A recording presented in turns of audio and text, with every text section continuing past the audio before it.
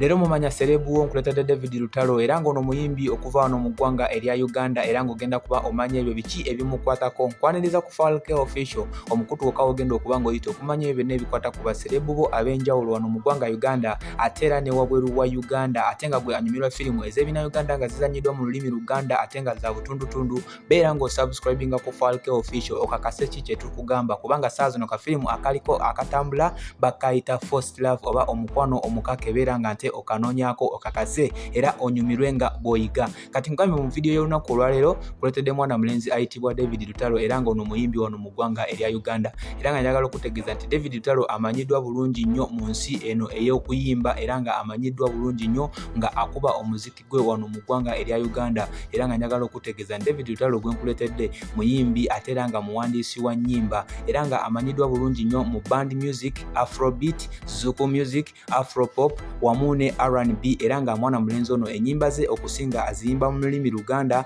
Oluswayiri wamu n'Oluzungu olutonotono era nga gwe nkuletedde olunaku olwaleero. Wabula nga njagala okutegeeza nti David Lutalo ge mannya ge gennyini amazaale era nga y'omu ku bayimbi wano mu ggwanga erya Uganda abatalina linnya lya stage kubanga atambulira mu kifaananyi kye ekyo kyennyini oba atambulira mu mannya ge ago gennyini ge yazaalirwamu. Njagala okutegeeza nti David Lutalo yazaalibwa ennaku z'omwezi zaali 8, omwezi gwali gwa 3, omwaka gwali gwa 1986 era nga nkoledde vidiyo eno mu 2025. David Lutalo alina emyaka giri 39 egy'obukulu. Nkoledde vidiyo eno mu 2025 njagala okutegeeza nti David Lutalo alina abaana bali babiri abamanyiddwa era nga yabazaala mu mukyala we kati saa zino gwe bayawukana naye nga ayitibwa Sharon Walkaga. Wabula nga nkoledde vidiyo eno njagala okutegeeza nti David Lutalo ssaawa zino si mufumbo era nga kiteeberezebwa akuba nti ali singo kubanga talinayo mukyala ali awo wa lwatu gwaze nga alaga abantu nti kati ono gwe yazza mu kifo kya Sharon Walkaga. David Lutalo ono gwe nkuletedde njagala okutegeeza nti musajja nzaalwa ya Luweero ate era nga musajja Muganda yeddira ndiga era nga yazaalibwa mu maka g'omwami ayitibwa Luja Robinson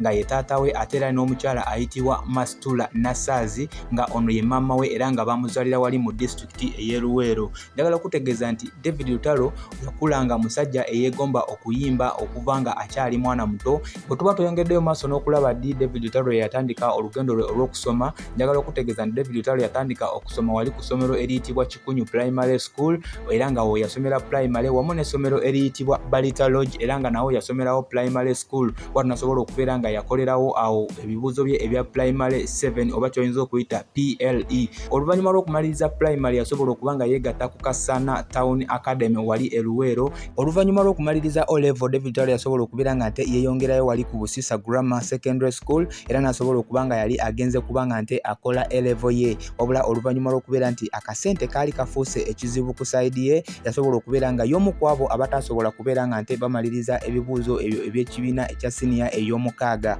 Wabula nasobola okubeera nga okusoma kwe tuyinza okugamba nti yakoma mu siniya 4 kuba bye biwandiiko ebiriwo nga byayinza okubeera nga nte alaga. Bwe tuba tugenze maaso n'okumanya ddi David Lutalo yatandika olugendo lwe olw'okuyimba, njagala okutegeeza nti David Lutalo yatandika okuyimba omwaka gwali gwa 2007 wabula nga nte ebintu byali bizibu nnyo ku sayidi ye engeri y'okubeera nti ensonga y'akasente okulikodinga audio oba okufulumya ennyimba nga ssente ba producers baali baagala okubeera nga nte bamukolera omulimu gwe ogw'okubeera nga nte ennyimba ze zifuuka ensonga zaali teziriiwo. Oluvannyuma lw'okubeera nti akaseera ako akasente yali takalina bulungi olw'emirimu gye yali akola nga tegimuwa akasente kasobola kubeera nga nte kamumala okuba nga ate afulumya ennyimba wamu n'okubeera nga nte atambuza ennyimba ze oba okuzipromotinga ku malediyo ag'enjawulo zisobole okubeera nga nte ziwulikika mu bantu. Era omwaka ogwo gwa 2007 gwe gumu ku mwaka gwe yatandika okubeera nga nte ayimba wabula nga nte gwamubeerera ddala muzibu nnyo mu nsonga ezo ez'okuyimba olw'okubeera nti ate mu industry yali talinamu gwamanyiimu nga ne promotion nga ye omuntu yali ayina ntono kuba n'emikutu egya social media nga bw'olaba abantu gye bakozesa saa zino okuba nga bapromotinga ebintu byabwe gyali tegirina nnyo maanyi mu ggwanga erya Uganda. Era bw'atu nasobola okubeera nga ogwo mwaka gwamubeerera muzibu nnyo newankubadde nga gwe yasobola okuba nga nte atandikiramu okuyimba. Bw'atu David Lutalo yasobola okubeera nga nte akwata omubabiro omwaka gwali gwa 2008 nasobola okubeera nga nte yajja mu feesi y'abantu oluvannyuma lw'okubeera nga nte afulumya akayimba ke akayitibwa Kapapaala era nga kano akayimba kaali kamaanyi nnyo kakuba ensi yonna Uganda ne kamuleetera okubeera nga nte kamwongera obuwagizi n'obuganzi mu nsi yonna wamu ne mu music industry ey'eggwanga erya Uganda. Era okuva ku olwo David Lutalo azze nga akola ennyimba nnyingi wamu n'okubeera nga nte azze yeeyongera amaanyi mu ggwanga Uganda n'okubeera nga y'omu ku abo abayimbi abasinga abawagizi wano mu ggwanga erya Uganda era nga njagala okutegeeza nti okuva ku olwo ebisigadde bibadde byafaayo okuva lwe yafulumya akayimba ako aka Kapapaala era nga njagala okutegeeza nti wenkoledde vidiyo eno mu 2025 nga njagala okutegeeza nti David Lutalo azze akola bingi mu music industry eya Uganda okuli okola concerts ez'enjawulo ezizze nga zikola ebyafaayo ku side ye wamu n'okubeera nga nte ye nga omuyimbi asobodde okubeera nga yeetandikirawo record label eyiye oba bwayinza okugamba nti ekibiina kyakubiramu music era nga kino kiyitibwa The Airs era nga njagala okutegeeza nti David Lutalo azze nga afulumya albums ez'enjawulo wamu n'okola collabos ez'enjawulo n'abayimbi ab'enjawulo nga Eddie Kenzo, Bebe Cool wamu n'abayimbi abava mu nsi ez'ewabweru wa Uganda okugeza nga Solid Star wali mu ggwanga erya Nigeria. Njagala okutegeeza nti David Lutalo y'omu ku bayimbi abalina ennyimba eziwerako era nga bukyanga atandika okuyimba mu ggwanga lino erya Uganda y'omu ku abo abayimbi abalina ennyimba ezisoba mu 6 era nga kwezo ennyimba ezisoba mu 6 kuliko nnyingi nnyo ezizze nga zikwata abantu omubabiro era nga kwezo kuliko oluyimba olwa Kapapaala, Wajje Tugenda, Yamba, Manya, Pretty, Kwasa, Iti Zote, Akantu, Nakusiima, Onsanuula, Silivia, Tokutula, I'm in Love, Kabisi Kandagala, Mbona, Yankutudde, Amerida,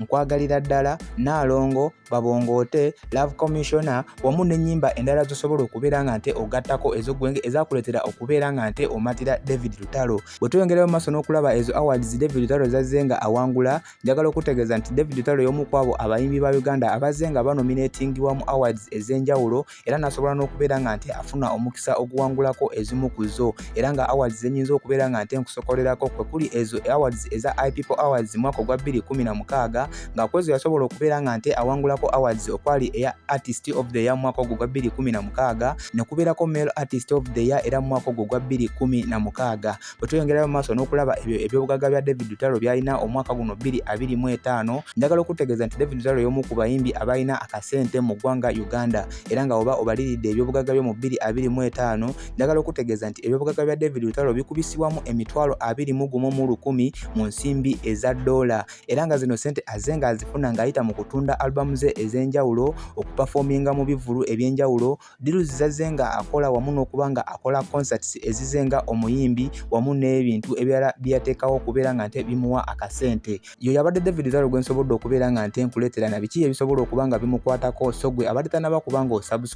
subscribinga ya subscribinga edda webale kubeera nga nte otwesiga olw'okuba nga tukutuusaako baserebu bona biki ebibakwatako wano mu ggwanga Uganda ate era n'abo abali wabweru wa Uganda ate era ne firimu ez'ebina Uganda nga za butundutundu nga zizannyirwa mu lulimi Oluganda by'ebimu ku bintu ebirina okubeera nga bikolebwa kweno channel. Fona osigenda kuba nga nsukkaho okujjako kuba nga nsaba Mukama Katonda abeere nga akunkuumira tusinkane mu vidiyo eddako. Bye bye.